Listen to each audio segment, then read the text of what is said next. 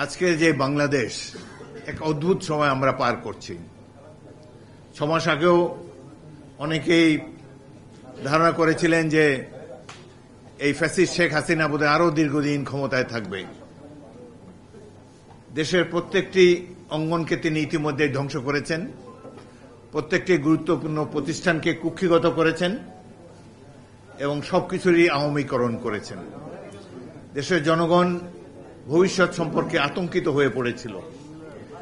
বিশেষ করে আমরা যারা এই দেশের জন্মের সাথে জড়িত, শহীদ রাষ্ট্রপতি জিয়াউর রহমানের নেতৃত্বে ৭১ মহান মুক্তিযুদ্ধে আমরা অংশগ্রহণ করেছিলাম, আমরাও এই দেশটির ভবিষ্যৎ নিয়ে অনেক চিন্তিত হয়ে পড়েছিলাম। তবে আস্থা ছিল অবশ্যই জনগণের প্রতি, কারণ ১৯৭১ দেখেছি বাঙালি বীরের জাতি, তারা দেশের সংকটকালে আবির্ভূত হয়েছে সাহসী চেতনা নিয়ে। রাজনৈতিক দল, রাজনৈতিক নেতৃবৃন্দ যখন দেশ ছেড়ে পালিয়ে গিয়েছেন, জনগণকে অরক্ষিত অবস্থায় রেখে নিজেদের ভবিষ্যতের কথাই কেবল ভেবেছেন। বর্বর পাক বাহিনী হত্যাকাণ্ডের জন্য সারা দেশে মানুষ যখন আতঙ্কিত, ঘরবাড়ি ছেড়ে পালিয়ে বেড়াচ্ছেন, এক টুকরা নিশ্চিত আশ্রয়ের খোঁজে দিকবিদিক জ্ঞানশূন্য হয়ে ছুটে বেড়াচ্ছেন, সেই সময় রাজনৈতিক নেতাদেরকে পাওয়া যায়নি। পাওয়া গিয়েছিল এক সাহসী পুরুষের নেতৃত্বে ইস্ট বেঙ্গল রেজিমেন্ট, ইপিআর এবং সাধারণ ছাত্র সমাজকে যিনি ঐক্যবদ্ধ করে মহান মুক্তিযুদ্ধে গুরুত্বপূর্ণ যুগান্তকারী ভূমিকা রেখেছেন, সেই শহীদ রাষ্ট্রপতি জিয়াউর রহমানকে গভীর শ্রদ্ধার সাথে স্মরণ করি। ১৯৭১ মহান মুক্তিযুদ্ধ ছিল গণতন্ত্রের জন্য যুদ্ধ। বাংলাদেশের মানুষ অত্যন্ত গণতন্ত্রপ্রিয়। ১৯৩৭ সালে আমরা যখন প্রথম ভোট দেই, এই অঞ্চলে মানুষ ৩৭ সালে স্বাধিকার প্রতিষ্ঠার জন্য বাংলার মানুষ যখন ভোট দেয়, পৃথিবীর বহু অঞ্চলে ভোটাধিকার তখন ছিল না, ডেমোক্রেসি ছিল না। এমনকি আমেরিকার মতো রাষ্ট্রেও তখনও ভোটাধিকার প্রতিষ্ঠিত হয় নাই, মহিলাদের ভোটাধিকার দেওয়ার কথাও অনেকে চিন্তা করেন নাই। এই ধরনের একটি সময় বাংলার মানুষ গণতন্ত্র প্রতিষ্ঠার জন্য অনেক গুরুত্বপূর্ণ ভূমিকা রেখেছে। ২০০ বছরের ব্রিটিশ শাসনকে কখনো বাঙালিরা মেনে নেয় নেই। তারা গণতন্ত্রপ্রিয়, যেমন গণতন্ত্রপ্রিয় আফগানিস্তানের মানুষ। তারা ব্রিটিশের বিরুদ্ধে ২০০ বছর সংগ্রাম করেছে। আমেরিকা এবং রাশিয়া দুটি পরাশক্তির বিরুদ্ধে ২০ বছর ধরে তারা সংগ্রাম করে যাচ্ছে, ২০ বছর, ৪০ বছর। অবশেষে এই শুকনা রুটি, পেঁয়াজ খাওয়া মানুষ, ছিন্ন কাপড় চোপড় যাদের, পাহাড় পর্বতে যারা মানবতার জীবন যাপন করে, কিন্তু গণতন্ত্রের প্রতি কি অপরিসীম শ্রদ্ধা তাদের, কিভাবে যুদ্ধ করেছে গণতন্ত্রের জন্য, এবং পৃথিবী দুটি বৃহৎ পরাশক্তিকে পরাজিত করে আজকে তারা নিজস্ব শাসন ব্যবস্থা কায়েম করেছে। বাঙালিও সেই পথ ধরেই অংশগ্রহণ করেছে। গণতন্ত্রের পথ বাংলাদেশে কখনো কুসুমাস্তীর্ণ ছিল না, সবসময় আমাদেরকে সংগ্রাম করতে হয়েছে। ১৯৭১ ৯ মাস যুদ্ধের পর অনেক ত্যাগ তিতিক্ষার বিনিময়ে আমরা আমাদের কাঙ্ক্ষিত বাংলাদেশ পেয়েছিলাম, কিন্তু স্বাধীনতার অব্যবহিত পর থেকেই স্বপ্নভঙ্গ হলো আমাদের। যে লক্ষ্য ধারণ করে আমরা যুদ্ধ করেছিলাম, সাম্য, মানবিক মর্যাদা, সামাজিক ন্যায় বিচার, ধীরে ধীরে ধীরে ধীরে হাওয়ায় মিলিয়ে গেল। গণতন্ত্রের পরিবর্তে স্থাপিত হলো একটি একদলীয় রাষ্ট্র, যেখানে সংবাদপত্র থাকবে না, রাজনৈতিক দল থাকবে না, সাধারণ মানুষের মত প্রকাশের স্বাধীনতা থাকবে না। এমন একটি রাষ্ট্র আওয়ামী লীগের নেতৃত্বে এই দেশে ১৯৭৫ সালে কায়েম হয়েছিল। মাত্র ৪ বছরের মধ্যে যে গণতন্ত্রের জন্য এত মানুষের আত্মত্যাগ, সে মাত্র ৪ বছরের মধ্যেই সেই গণতন্ত্রকে হাওয়ায় উড়িয়ে দেওয়া হলো। এর নাম হলো আওয়ামী লীগ। এদের কাছে কোনো দেশ নাই, এদের কাছে নিজের দল, নিজের পরিবার, নিজের স্বার্থ, নিজের সম্পদ আরোহণ ইত্যাদি হলো মূল ব্যক্ত। আজকের বাংলাদেশে এই যে আওয়ামী লীগের যে কত সম্পত্তি জানে না, আমরা মিডিয়াতে মাঝে মাঝে দেখি। আগে তো জানতাম না, শেখ পরিবারেরই ৮টি বাগান বাড়ি রয়েছে এই গাজীপুর এলাকাতে। শুধু সাবেক প্রধানমন্ত্রীর, বর্তমানে পলাতক প্রধানমন্ত্রীর, তার পিয়ন যেখানে ৪০০ কোটি টাকা আয় করেছে, হেলিকপ্টারে ঘুরে বেড়ায়, অকল্পনীয়। এই ধরনের কি ধরনের গণতন্ত্র তারা প্রতিষ্ঠা করেছে।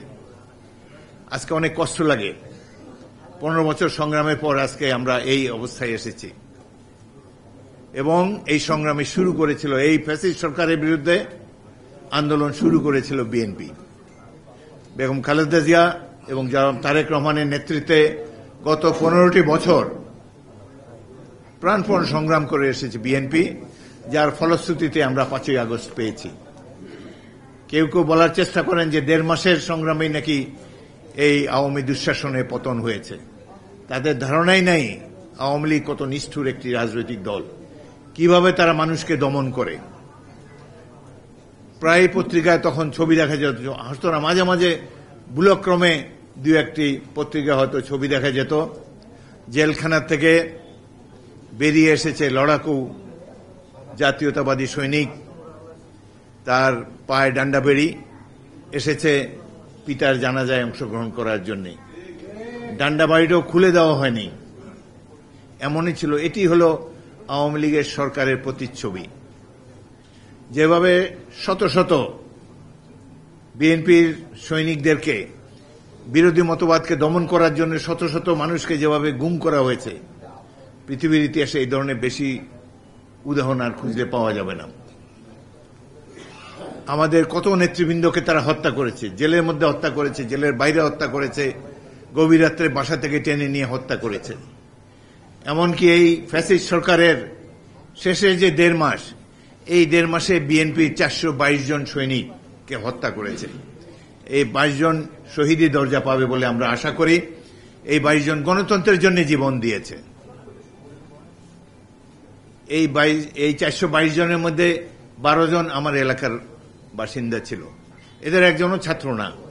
মুদি দোকানদার, রিক্সাওয়ালা, ভ্যান গাড়ি চালক, এই ধরনের সাধারণ মানুষ। আমার একটা থানায় যদি এইভাবে 12 জন, লালমোহন থানায় 12 জন মানুষ মৃত্যুবরণ করেছে এই স্বৈরাচারী সরকারের বিরুদ্ধে এই 1.5 মাসের আন্দোলনে। প্রথম দিকে ঢাকা বিশ্ববিদ্যালয়ের চূড়ান্ত পর্যায়ে কোটা আন্দোলন নিয়ে যেটি শুরু হয়েছিল, শক্তি প্রয়োগ করে শেখ হাসিনা এবং আওয়ামী লীগ সরকার তাদেরকে স্তব্ধ করে দিয়েছিল। এক পর্যায়ে প্রাইভেট বিশ্ববিদ্যালয় সমূহের সক্রিয় অংশগ্রহণের মাধ্যমে এই সরকার পিছনে হটেছে এবং গত 15 বছর ধরে বিএনপির সৈনিকেরা যে আন্দোলন শুরু করেছিল, এই 5ই আগস্টে তার চূড়ান্ত ফলাফল আমরা নির্ধারণ করতে পেরেছি। বিএনপি সেখানে ব্যানার নিয়ে অংশগ্রহণ করে নাই, ফেস্টুন ছিল না, পরিচিত মুখেরা অন্তরালে ছিলেন। সেই জন্য অনেকে মনে করেছে যে বিএনপির উপস্থিতি হয়তো তারা দেখতে পায়নি। যারা দেখতে পায়নি তারা হলো অ্যামেচার্স, তারা কেবল টেলিভিশন দেখে অভ্যস্ত।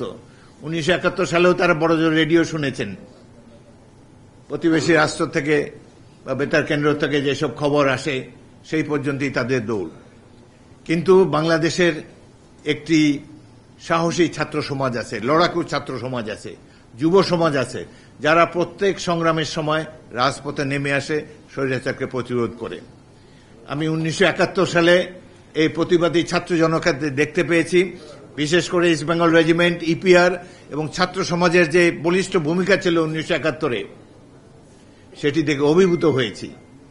আমাদের দেশে গ্রামাঞ্চলের যে সাধারণ ছাত্ররা, তারা সাধারণত লুঙ্গি পরে, তখন অনেকের পরনে স্যান্ডেলও ছিল না, অনেকের পরনে একটা সাদামাটা গেঞ্জি ছিল।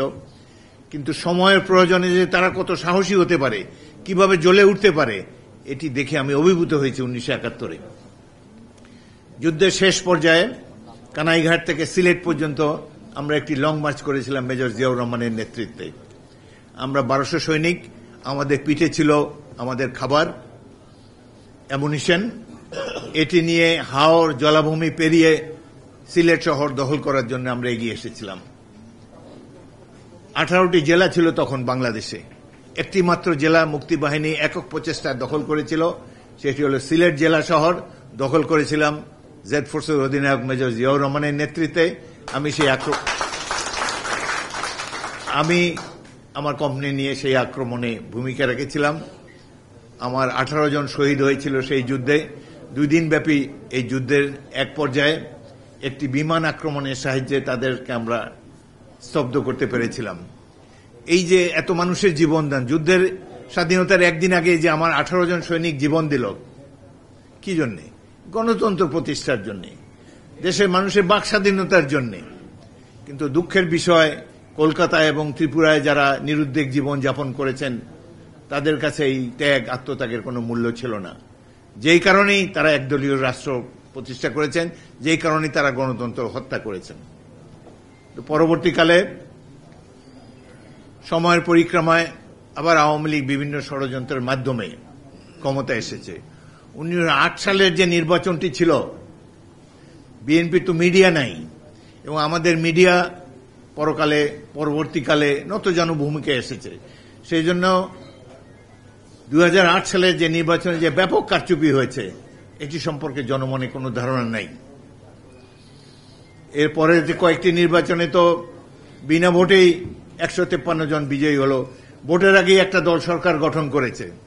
আর 2018 নির্বাচনে আমরা এখানে যারা অংশগ্রহণ করেছি, আলাল, হাবিবুর রহমান এবং অন্যরা, আমরা দেখেছি যে কারচুপির একটা নূতন দিগন্ত সেখানে উন্মোচিত হয়েছিল। ভোটের আগের দিন রাতেই তারা ভোটের কাজ শেষ করেছে। সুতরাং এই ধরনের গণতন্ত্র আমরা দেখেছি যেটি আওয়ামী লীগ প্রতিষ্ঠা করেছে। অনেক ত্যাগ তিতিক্ষার বিনিময়ে এই 15 বছরের নিরলস সংগ্রামের পর ছাত্র জনতা এবং রাজনৈতিক কর্মীদের আত্মত্যাগের ফলেই আমরা আবার গণতন্ত্র ফিরে পাওয়ার কাছাকাছি এসেছি। এখনো বাধা নিশ্চয়ই রয়েছে। আমরা আশা করেছিলাম যে হাসিনা পলায়নের পর এই দেশে গণতন্ত্রের অভিযাত্রা শুরু হবে। আমরা জনগণ, সাধারণ মানুষ বেছে নিয়েছে এই দেশের এক কৃতি সন্তান প্রফেসর মোহাম্মদ ইউনূসকে।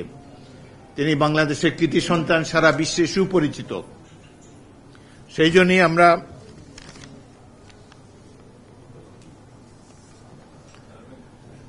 জন্যই আমরা অনেক আশায় বুক বেঁধেছি এত বিরাট সংগ্রামের পর। বিশেষ করে একটি দল বিএনপির 422 জন শাহাদাত বরণের পর আমরা অবিলম্বে গণতন্ত্রের অভিযাত্রায় শরিক হব।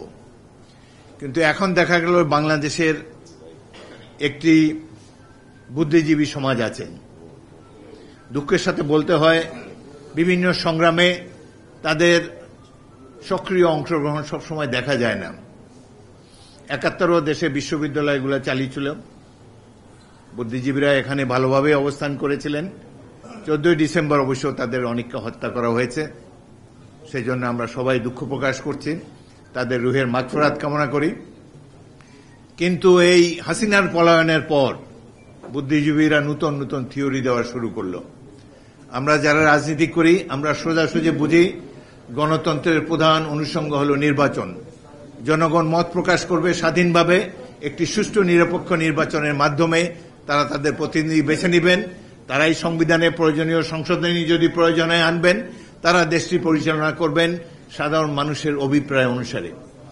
কিন্তু এখন দেখা গেল যে নানা ধরনের প্রোক্লামেশন, ডিক্লামেশন, নানা ধরনের কথাবার্তা আমরা শুনছি, এবং ধীরে ধীরে গণতন্ত্র এবং নির্বাচন ক্রমেই দূরে সরে যাচ্ছে আমাদের কাছ থেকে। এই বর্তমান সরকারের প্রধান কাজ একটি নির্বাচিত সরকারের কাছে দায়িত্ব হস্তান্তর করা। কিন্তু যতই দিন যাচ্ছে মনে হচ্ছে যে তারা এই দায়িত্ব সম্পর্কে পুরোপুরি অবহিত নন। এবং একটি অন্তর্বর্তী সরকারের মধ্যে আমরা যে চরিত্রটি দেখতে চাই তার প্রধান হল নিরপেক্ষতা। অন্তর্বর্তীকালীন সরকার বা আগের কেয়ারটেকার সরকার, তারা হবে নিরপেক্ষ। তারা সকল দলকে সমভাবে ট্রিট করবেন এবং যত শীঘ্র অল্প সময়ের মধ্যে গণতন্ত্র ফিরে পাওয়ার জন্য প্রয়োজনীয় উদ্যোগ গ্রহণ করবেন। আওয়ামী লীগ এই দেশের প্রত্যেকটি প্রতিষ্ঠানকে ধ্বংস করে দিয়ে গিয়েছে, ছাত্র সমাজকে ধ্বংস করেছে, সেনাবাহিনীকেও অনেকভাবে তারা ধ্বংসের পথে নিয়ে গিয়েছে, যার জন্য 57 জন সেনা কর্মকর্তাকে বিডিআর কাণ্ডে, নিরীহ সেনা অফিসারদেরকে, নিরীহ বেসামরিক নাগরিককে, মোট 75 জনকে হত্যা করা হয়েছে 25শে ফেব্রুয়ারি 2009 তারিখে। এটি অবশ্যই আমাদের প্রতিবেশী রাষ্ট্রের একটি ষড়যন্ত্র বলে জনগণ মনে করে। সুতরাং গণতন্ত্র প্রতিষ্ঠার পথে ক্রমাগত আওয়ামী লীগ যেমন বাধা হয়েছিল, আমরা আশা করব বর্তমানে যে অন্তর্বর্তীকালীন সরকার, তারা গণতন্ত্রের পথে যত বাধা আছে সেগুলো দ্রুত দূর করবেন। তারা যেন কোনো বাধা সৃষ্টি না করেন সে ব্যাপারেও তাদেরকে সচেতন হতে হবে। আমরা দুঃখের সাথে লক্ষ্য করেছি আমাদের অত্যন্ত প্রিয় মানুষ, আমাদের অত্যন্ত আস্থাভাজন প্রফেসর মোহাম্মদ ইউনূস বলেছেন তিনি ছাত্রদেরকে একটি রাজনৈতিক দল গড়ার জন্য অনুরোধ করেছেন। এর তো কোনো প্রয়োজন নাই, আপনি অনুরোধ করুন না করুন, তারা দল তারা করবেই। দল করার মধ্যে দোষের কোনো কিছু নাই। ছাত্ররা যদি নতুন কোন রাজনৈতিক দল করে আমরা তাকে স্বাগতম জানাই। জনগণের কাছে আরো একটি চয়েস বাড়ল। যেদিনই নির্বাচন হবে নিশ্চয়ই সকল রাজনৈতিক দল সেখানে অংশগ্রহণ করবে। ছাত্রদের এই রাজনৈতিক দল তারাও যথেষ্ট সময় পেয়েছে, তারা আরো সময় চায়। আমরা অবশ্যই মনে করি এই বছরের মধ্যে পার্লামেন্ট নির্বাচন অনুষ্ঠিত হওয়া প্রয়োজন। জুলাই আগস্টের যে অভ্যুত্থানের ফসল বর্তমান অন্তর্বর্তীকালীন সরকার, এই সরকারে বেশ কয়েকজন উপদেষ্টা রয়েছেন যারা অতীতে শেখ হাসিনার সরকারের সাথে সেই টিমের জার্সি পরে খেলে এসেছেন। তারা এই 15 বছরে ফেসবুকে একটা স্ট্যাটাসও দেন নাই।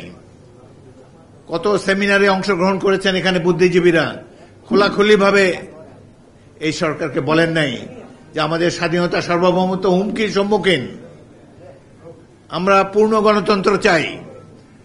একটি পরিবার দেশকে লুণ্ঠন করে গিয়েছে, দেশের বিভিন্ন অঞ্চলে থেকে সাধারণ মানুষের সম্পদ লুট করে, ব্যাংকগুলো লুট করে বিদেশে তারা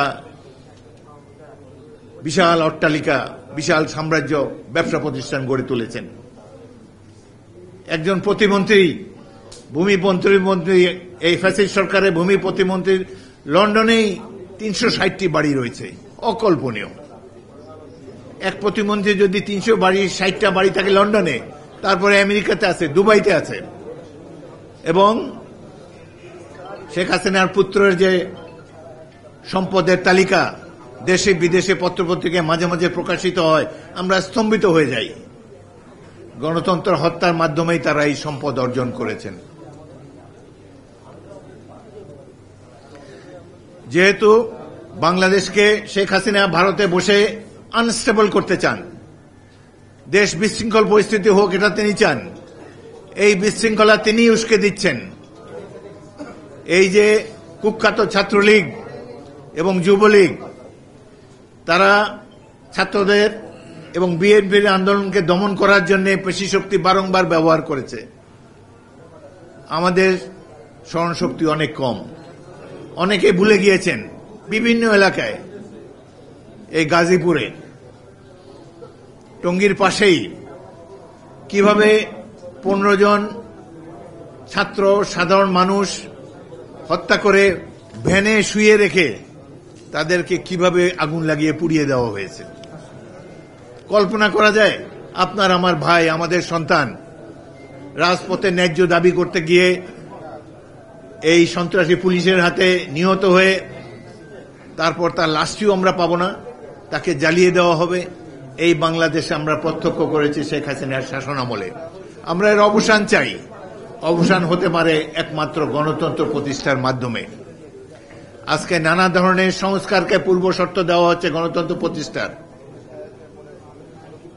সংবিধান সংস্কারের কথা বলেছেন, একটি গ্রুপ বলেছেন যে 72 সংবিধানকে ছুঁড়ে ফেলা হবে। তারা ছুঁড়ে ফেলার কারা?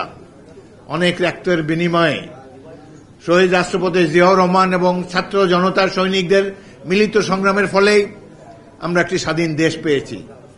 একটি সংবিধান, 72 সংবিধান চমৎকার একটি সংবিধান। এটি আওয়ামী লীগের সংবিধান নয়, এদেশের জনতার সংবিধান। আওয়ামী লীগ বরং এই 72 সংবিধানকে কাটাছেঁড়া করে একে অপূর্ণাঙ্গ করেছে, এর অঙ্গহানি ঘটিয়েছে আওয়ামী লীগ। প্রয়োজন হলে আরো সংবিধানের সংশোধন করা যায়, কিন্তু যাই হোক, নতুন করে সংবিধান লেখা হোক কিংবা সংবিধান সংশোধন করা হোক, এই ব্যাপারে সিদ্ধান্ত নেবে বাংলাদেশের সাধারণ জনগণ। কোন বুদ্ধিজীবী বা কারো কোনো গুরু, কারো কোনো শৌখিন রাজনীতিবিদ, বিদেশ থেকে আগত কোনো বুদ্ধিজীবী, তাদের পরামর্শে বাংলাদেশের সংবিধান নতুনভাবে লিখিত কিংবা সংশোধন করা যাবে না। সংবিধান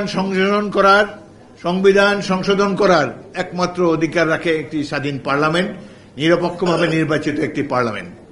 যেই সংস্কারের কথা বলা হয়েছে, অনেকগুলা সংস্কার প্রস্তাব ইতিমধ্যে দেওয়া হয়েছে, আমরা পুরোপুরিভাবে এখন সব দেখিনি। গতকালকেই দুটি সংস্কার প্রস্তাব বর্তমান সরকারের নিয়োগকৃত দুটি কমিশন সংস্কার প্রস্তাব জমা দিয়েছেন। আমরা এখনো তার পূর্ণাঙ্গ বিবরণ দেখিনি। আমরা এই সংস্কার আগে জমা দেওয়া সংস্কার প্রস্তাব এবং গতকালকের সংস্কার প্রস্তাবগুলো নিয়ে বিএনপির সর্বোচ্চ পর্যায়ে নীতি নির্ধারক মহল তারা বসবেন এবং বসে এই সম্পর্কে দলীয় মনোভাব জানাবেন। এবং বর্তমান সরকার প্রধানও জানিয়েছেন যে 8 তারিখের পর থেকে রাজনৈতিক দলসমূহের সাথে বর্তমান সরকারের প্রতিনিধি বসবেন এবং কোন কোন বিষয়ে সংস্কার করা যায় সে ব্যাপারে আলোচনা করবেন।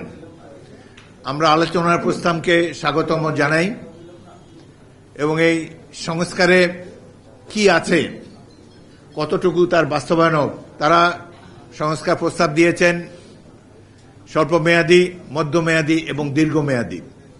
আমরা প্রত্যেকটি প্রস্তাব বিবেচনা করব এবং এই ব্যাপারে আমাদের দলের পক্ষ থেকে আমাদের যে 12 দলীয় জোট এবং অন্যান্য রাজনৈতিক দল যারা জুলাই আগস্টের এই গণ অভ্যুত্থানে অংশ নিয়েছে তাদের সাথে আলাপ আলোচনার মাধ্যমে আমরা সরকারের কাছে একটি ঐক্যমতের ভিত্তিতে আমরা আমাদের প্রস্তাবসমূহ জানাব।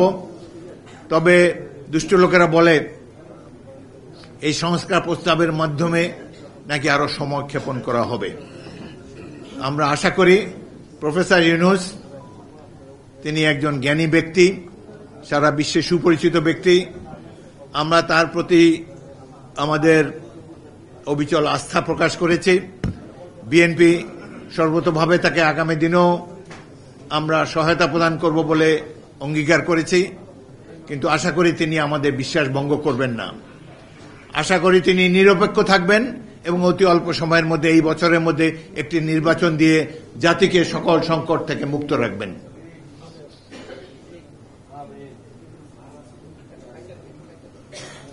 আজকের এই মুহূর্তে সবচাইতে প্রয়োজন জাতীয় ঐক্য, বিশেষ করে যেখানে পতিত স্বৈরাচার শেখ হাসিনা ভারতে বসে এই দেশকে আনস্টেবল সিচুয়েশনে নেওয়ার জন্য, এই দেশকে ধ্বংস করতে যেটুকু তিনি বাকি রেখেছেন সেটি পূর্ণ করার জন্য নূতনভাবে এই ফ্যাসিস্ট দলকে নিয়ে তিনি মাঠে নামতে চান। সুতরাং অবিলম্বে প্রয়োজন সকল দেশপ্রেমিক শক্তির ঐক্য। আমরা ঐক্যবদ্ধভাবে থাকতে চাই। বিশেষ করে যে ছাত্র সমাজ অংশগ্রহণ করেছে জুলাই আগস্ট অভ্যুত্থানে তাদের এবং বিরোধী রাজনৈতিক দলসমূহ, হাসিনা বিরোধী রাজনৈতিক দলসমূহের মধ্যে ইস্পাত কঠিন ঐক্য আমরা গড়ে তুলতে চাই। গতকালকে যে ঘটনা ঘটেছে সেটি এখনো চলমান, সেটি এখনো শেষ হয় নাই। এটি কারা করেছে এই তথ্য আমাদের কাছে নাই। এতে সরকারের কি ভূমিকা ছিল সেই তথ্য আমাদের কাছে নাই। সুতরাং আমরা আর অল্প কিছু সময় অপেক্ষা করব। আজকে দিনের মধ্যেই আশা করি সবকিছু পরিষ্কার হবে, কারা এই ঘটনা ঘটিয়েছে, কারা এই জন্য দায়ী। তখন সকল পূর্ণাঙ্গ তথ্য পেলে আমরা এই সম্পর্কে বিএনপির পক্ষ থেকে মনোভাব মিডিয়ার সামনে, জনগণের সামনে প্রকাশিত করব। অপূর্ণ তথ্য নিয়ে মন্তব্য করা সঠিক নয়, সেই জন্য আজকে কোনো মন্তব্য করতে চাই না এই মুহূর্তে। তবে আমরা আশা করি যে এগুলা গণতন্ত্রকে ধ্বংস করার জন্য হয়তো আগামী দিনে গণতন্ত্রের পথে বাধা হয়ে দাঁড়াতে পারে, এই জন্য কেউ কেউ হয়তো বিশৃঙ্খলা সৃষ্টি করার চেষ্টা করতে পারেন। এবং বিশেষ করে এর মধ্যে প্রতিবেশী রাষ্ট্রের কোনো হস্তক্ষেপ আছে কিনা সেটিও আমরা জানার চেষ্টা করব। বিডিআরের যে হত্যাকাণ্ড ঘটেছে, মর্মান্তিক হত্যাকাণ্ড, এই সম্পর্কে এই সরকার দ্রুত ব্যবস্থা নেবেন বলে আমরা আশা করেছিলাম। এটি সকল তথ্য প্রবাহ সবকিছুই প্রকাশিত। এদের বিচার চলছিল, এখনো চলছে, অনেকে কারাগারে আছে, কেউ কেউ মৃত্যুবরণ করেছে এবং এর ভিকটিমদের পরিবারসমূহ আজও তারা বিচার পায়নি। তারা ক্রমান্বয়ে প্রতিদিনই বিচারের বাণী নীরবে নিবৃত্তে কেঁদেই চলেছে। তো গতকালকের যে ঘটনা এখনো চলমান, এটির প্রতি আমরা দৃষ্টি রেখেছি এবং আশা করব যে এখন অতি দ্রুত এদেশে গণতান্ত্রিক ব্যবস্থা প্রবর্তন করা হবে, কারণ গণতন্ত্র না থাকার ফলে নানা ধরনের ঘটনা ঘটে। এই দেশ, এই মানুষ গণতন্ত্রের জন্য, বাংলাদেশের জনগণ অনেক আত্মত্যাগ করেছে। বিশেষ করে আমাদের দল বিএনপি গত 15টি বছর কত মানুষ জীবন দিয়েছে, কত মানুষের জীবন কারা অন্তরালে নিভে গিয়েছে। আমাদের যুবকেরা প্রৌঢ়ত্বে বার্ধক্যে উপনীত হয়েছে ত্যাগের মাধ্যমে, কিন্তু প্রত্যাশিত গণতন্ত্রের তো এখনো দেখা পাওয়া যায়নি। গণতন্ত্র প্রতিষ্ঠার পথে বাধা হয়ে কারা দাঁড়ায়। একটি মহল বলার চেষ্টা করে এখন নির্বাচন দিলেই তো বিএনপি নির্বাচনে বিজয়ী হবে, সুতরাং এই নির্বাচনকে যত ডিলে করা যায়, যত দীর্ঘায়িত করা যায়। তো বিএনপি যে জনপ্রিয়তা অর্জন করেছে, এটা তো বিএনপির অপরাধ হতে পারে না। বিএনপিকে ক্ষমতার থেকে দূরে রাখার জন্য কেন নির্বাচনকে দীর্ঘায়িত করা হবে, এটি আমরা বুঝতে অক্ষম।